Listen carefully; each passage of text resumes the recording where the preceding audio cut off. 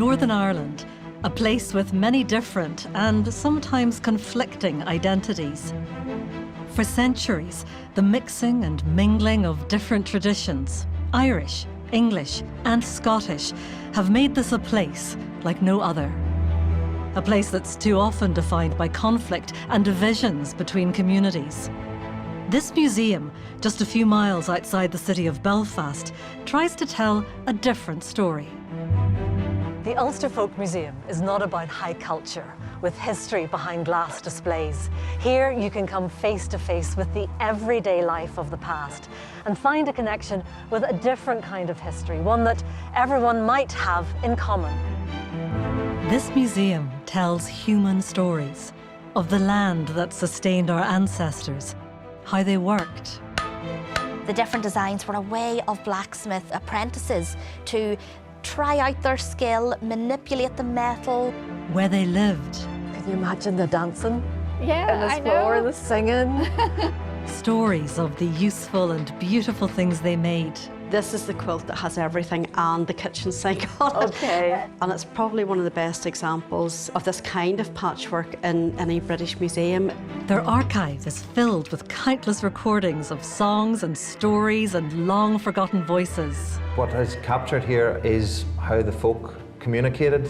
Their picture collections reflect life on this island from the earliest days of photography. This is an Aladdin's cave. There is a treasure trove of folk culture here with many thousands of artifacts that have been handmade, held dear and handed down to help us understand and share our story.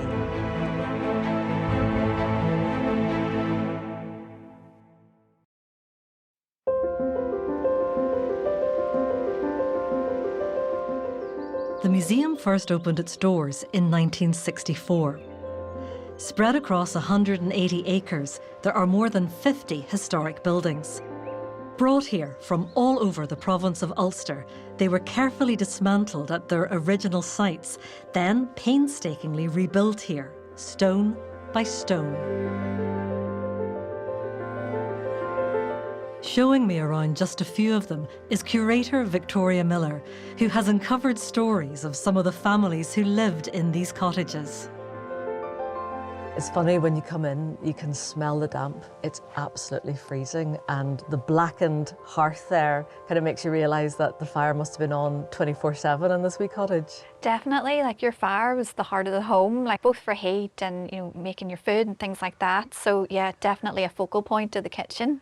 So tell me about this cottage. It's got a special place, doesn't it, in the museum? It does. It's one of my favourite houses here at the Folk Museum. It came in the early 1960s, and it was the first house to open here in 1964 at the official opening of the museum. Each stone was numbered and then brought here, and that helped them then to rebuild it, kind of like a paint by numbers in a sense. Yeah. So this cottage, where did it come from? This cottage in particular came from McGilligan in County Londonderry. It actually dates to around the 1750s, and two families from the McGilligan area lived in the house. The last occupant, Margaret Clyde, she lived in the house for 90 years, so basically the majority of her whole life. This was her home? Yeah. For 90 years? Uh-huh. Wow. Never had any electricity installed, water, anything like that. And by the 1940s, the house has actually drawn interest from, you know, people visiting the area, known as, like, you know, one of the oldest buildings in the locality, and people came to see it. So she was a tourist attraction? Yeah. Before this house became a tourist attraction here? Yeah.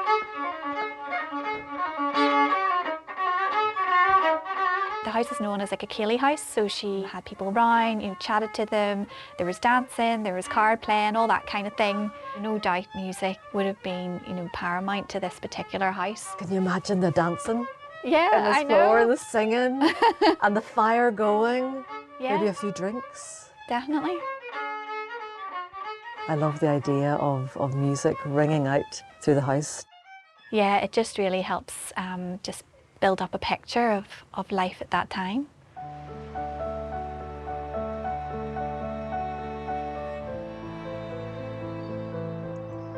Although the museum opened in the mid-60s, its story really begins in the 1930s with a visionary Welshman, Professor Estyn Evans. Though an outsider, he fell in love with Ulster's rural customs and traditions, and throughout his life he became a key figure in this museum's unfolding story.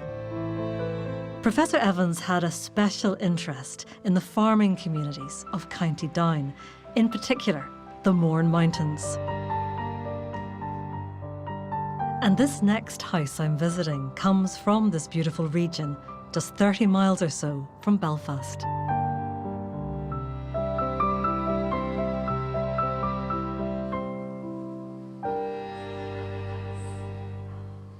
Look at this. It's beautiful, isn't it? Oh, man. What do they call it? Shabby chic. It's all the rage it is, now. yeah. So tell me a little bit more about the family who lived in this house. Yeah, well, the house dates to 1840 and it was built by the Baird family. 4 generations of the family lived in this house.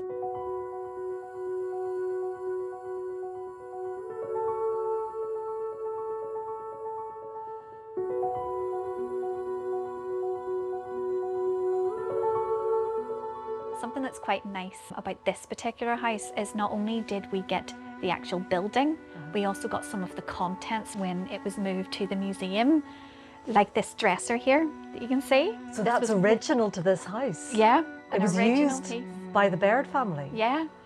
We actually have a copy of the receipt that shows this being purchased.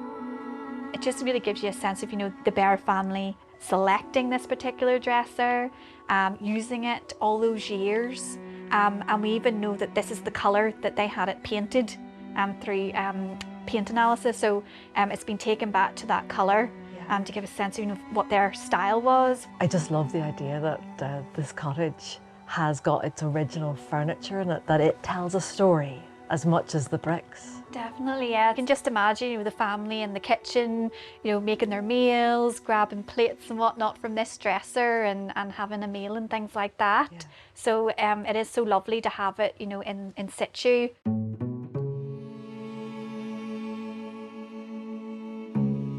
The curators who preserved this home and this family's story shared Professor Evans' belief that this museum could help different and often divided communities find a shared heritage.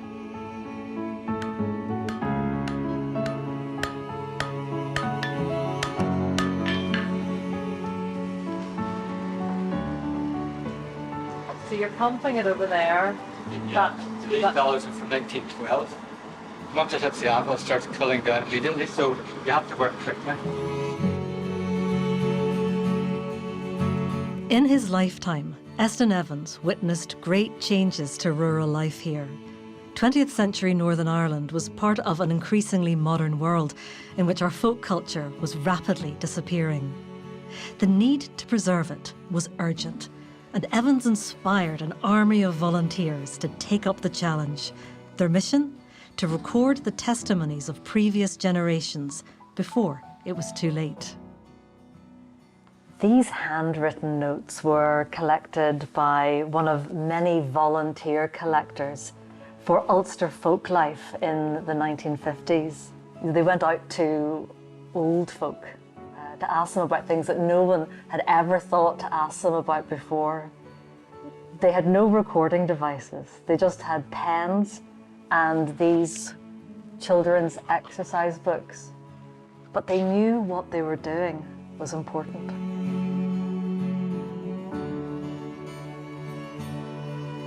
This man was called R.H. Montgomery, collector. He lived in Belfast. And I love that he says, an amateur's rapid, random notes. As well as the words, there are all these little visual guides, little drawings, how to plough a field. There's a wonderful image of what looks like a man with his foot on a spade, the old Skye spade. It's actually showing you how to put your foot on it and how to dig into the soil.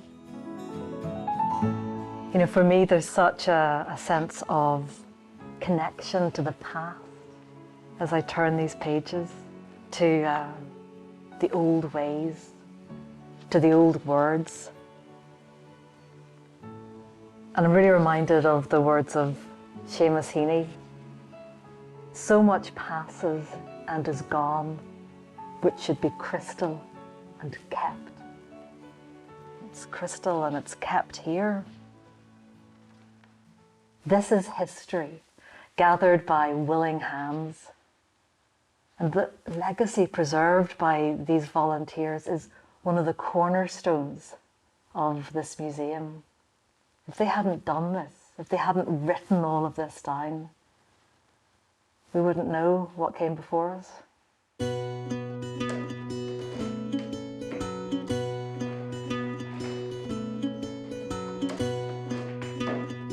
Skilled hands and age-old crafts are on daily display here.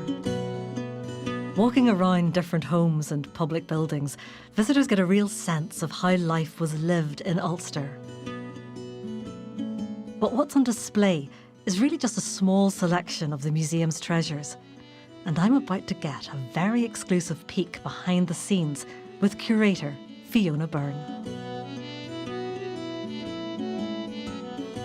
Fiona, this is an Aladdin's cave. What is here? Well, this is our main collection store.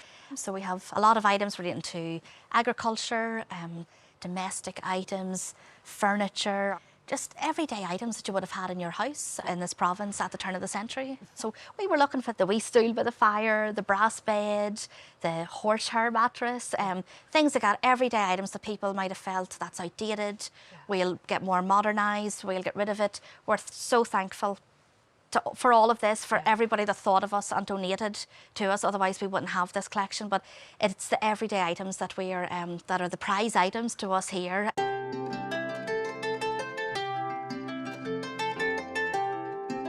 So what are these?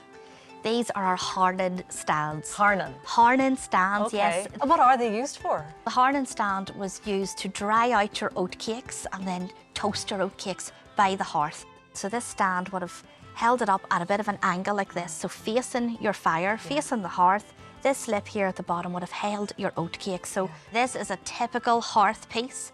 Every Ulster hearth would have had a harnen stand. Everyone would have had a harnen stand beside it in rural Ulster, absolutely, without a doubt. I have to say, I absolutely love these. I never knew about them. I didn't know that they were particular to Ulster. I just think that they are works of art now. You know, as well as being everyday objects that were used, it kind of encapsulates what the museum is about. Absolutely. I mean, they are considered, you know, vernacular pieces. They're considered folk art. The different designs were a way of blacksmith, you know, apprentices to try out their skill, manipulate the metal, and a lot of skill and craft went into it, but for a very practical purpose as well. Are all the nice things in here and then maybe like a chipped teapot goes out onto site? How do you decide? I hope you don't see a chipped teapot out on site now, but no, like, we can't display everything. Some items are too fragile or rare, and we just could not put them on open display for fear that it could be damaged. Part of our role is to protect the items and preserve them, as well as displaying and interpret them.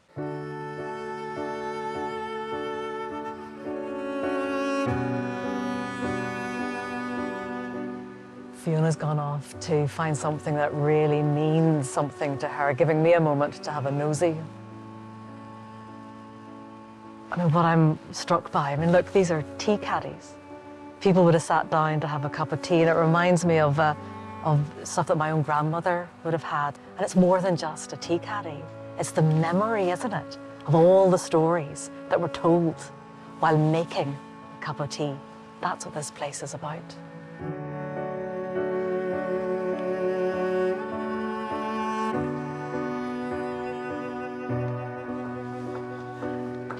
What have you got for me?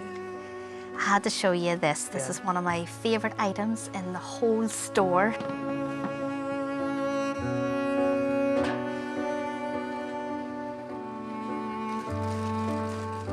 Okay. Do you know what that is? I think it looks like a crown. Well, you're not far off. It is a Halloween hat or cap. So you can see where it would be placed over the head there.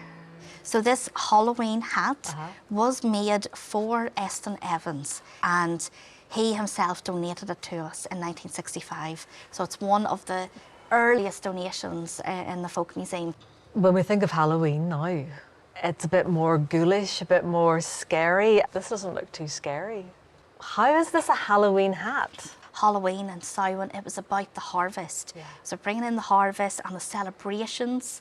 When you brought in the harvest, it was a big family affair, a big local tradition in your area. Everybody helped to bring in the harvest. The harvest was so important, the land was so important, and that's what this symbolises, isn't it? Absolutely. This was a time where people had a much closer relationship with the land, the countryside and the seasons. It actually featured in one of his more famous texts, Irish Folkways, and if I go to the right page here, I will show you.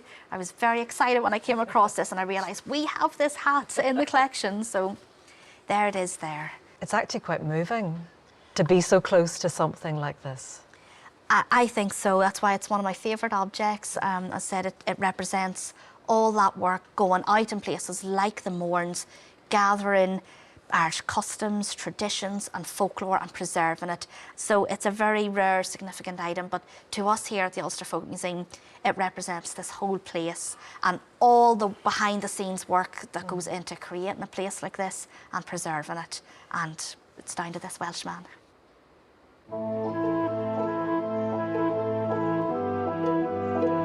Another rare and special item in the museum's collection is in the Ballyduggan Weaver's Cottage.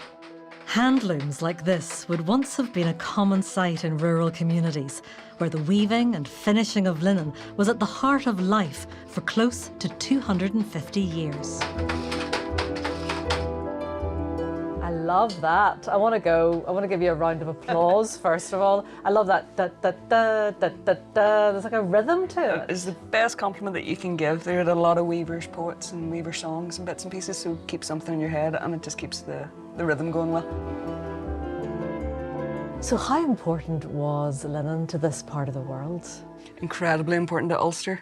We've been weaving linen since maybe about 1600, so a good few hundred years. Really was the backbone of the province, long before shipbuilding and bits and pieces came into play.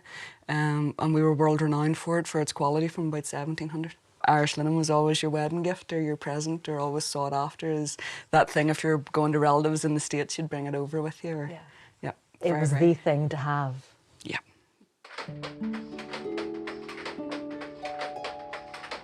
Over time, production moved to busy mills in towns and cities, employing hundreds of thousands of people. Fabric and textile production is woven through our story. Another of the museum's treasures represents the work of many hands and recalls a time when nothing was wasted. One of the little traditions for this kind of patchwork is that you would try to have red flannel in the centre of each block. Why?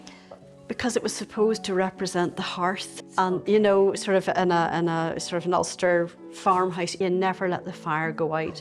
You would always have kept, you know, even a little ember going in the fire. This is what's called a signature quilt, and it's actually dated to 1916. We've got a very specific date for it. Wow.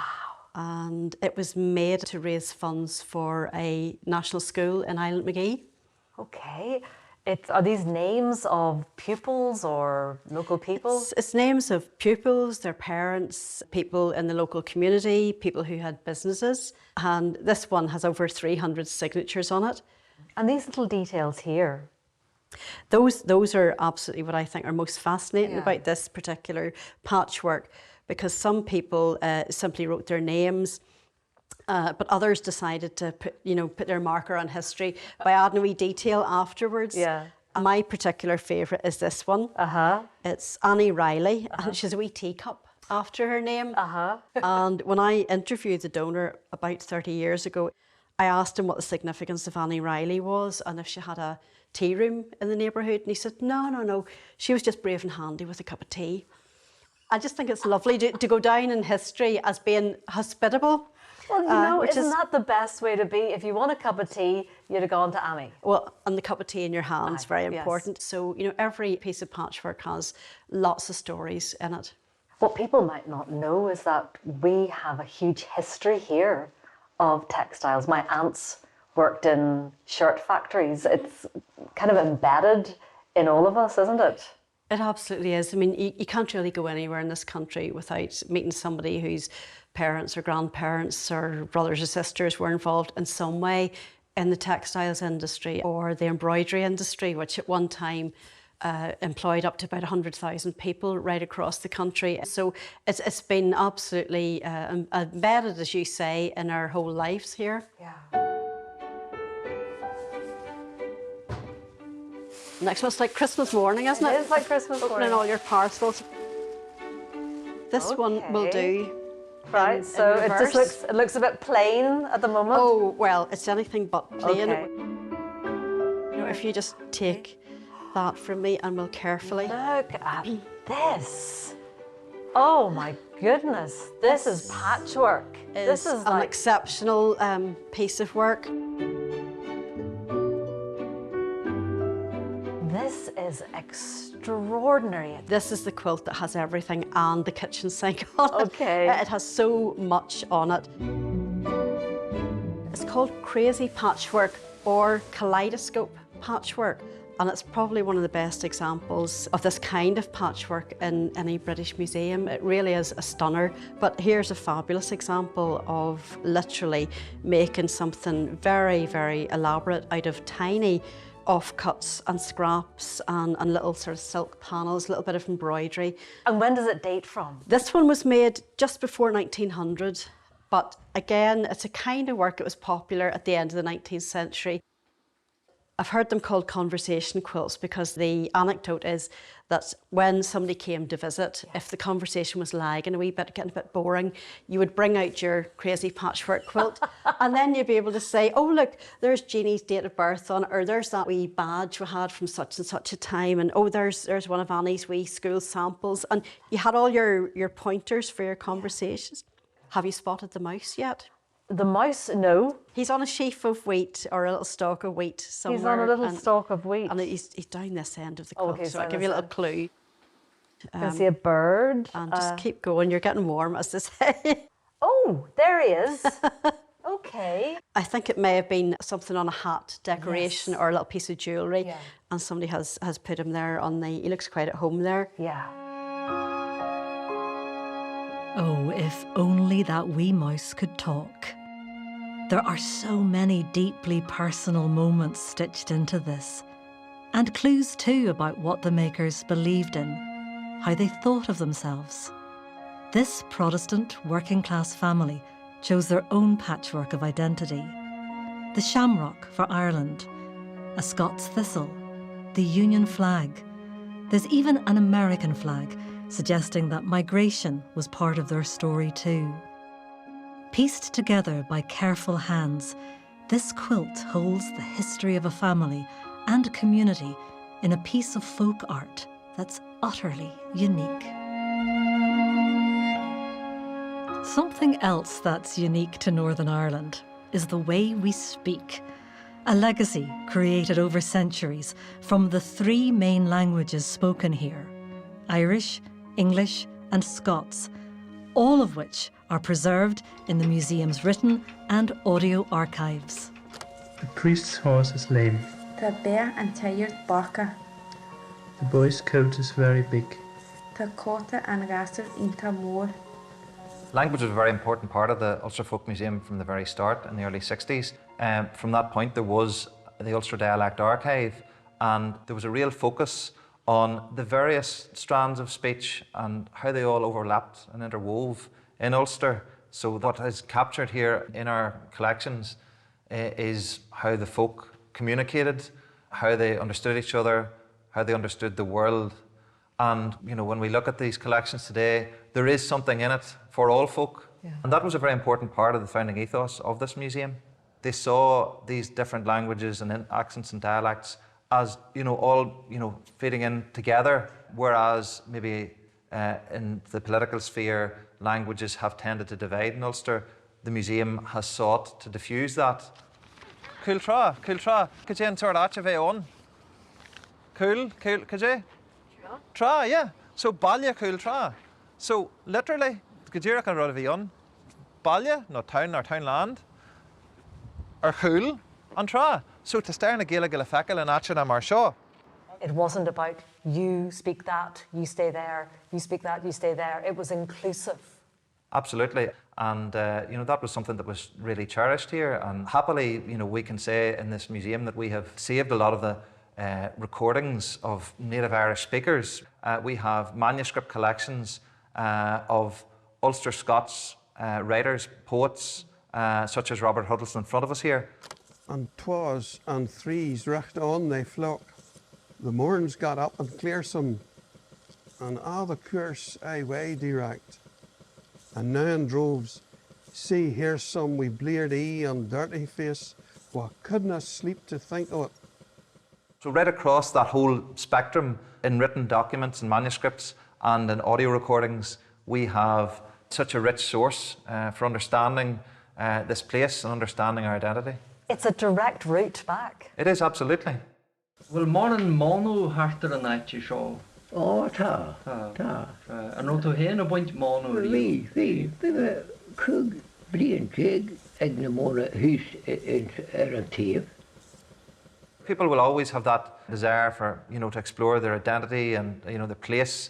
And this museum site is ideal for people to make that exploration in a way that's not in any way confrontational, and learn that how central language is to our present day as well as our forefathers. Bhí pobl on ar ó Gaeilge acha mar príomhtheanga ach ó na hochtaigh trochaidí a na hochtaigh deicidí hála rudaí osclaíú bóthar nua an digan sibh mé bhí bóthar nua ag teachtas teach sé cantar agus nuair tháinig an bóthar nua bhí na daine ag teachtas teach le burla agus an sin tháinig mach gasta ar an Gaeilge de cuic de cléin. Thosaí ach bheochain in áiteanna mar seo. So, sin scéal, sin tíomhheile de scéal na Gaeilge. Ráithim muid a chairde, okay? The museum's first director said that people tend to celebrate battlefields while forgetting about the importance of the ploughed fields that sustain us all. Those first pioneering collectors and curators have left us a folklife collection that's a precious reminder not just of our rich and distinctive cultural traditions, but of lives deeply connected to the land that sustained them. In our own challenging times, the museum is reaching out to a new generation, reconnecting them to the words, ways and wisdom of former days, carrying the legacy of Eston Evans and the museum's founders into a new century. This place and the past that it allows us to experience for ourselves has something to teach us all.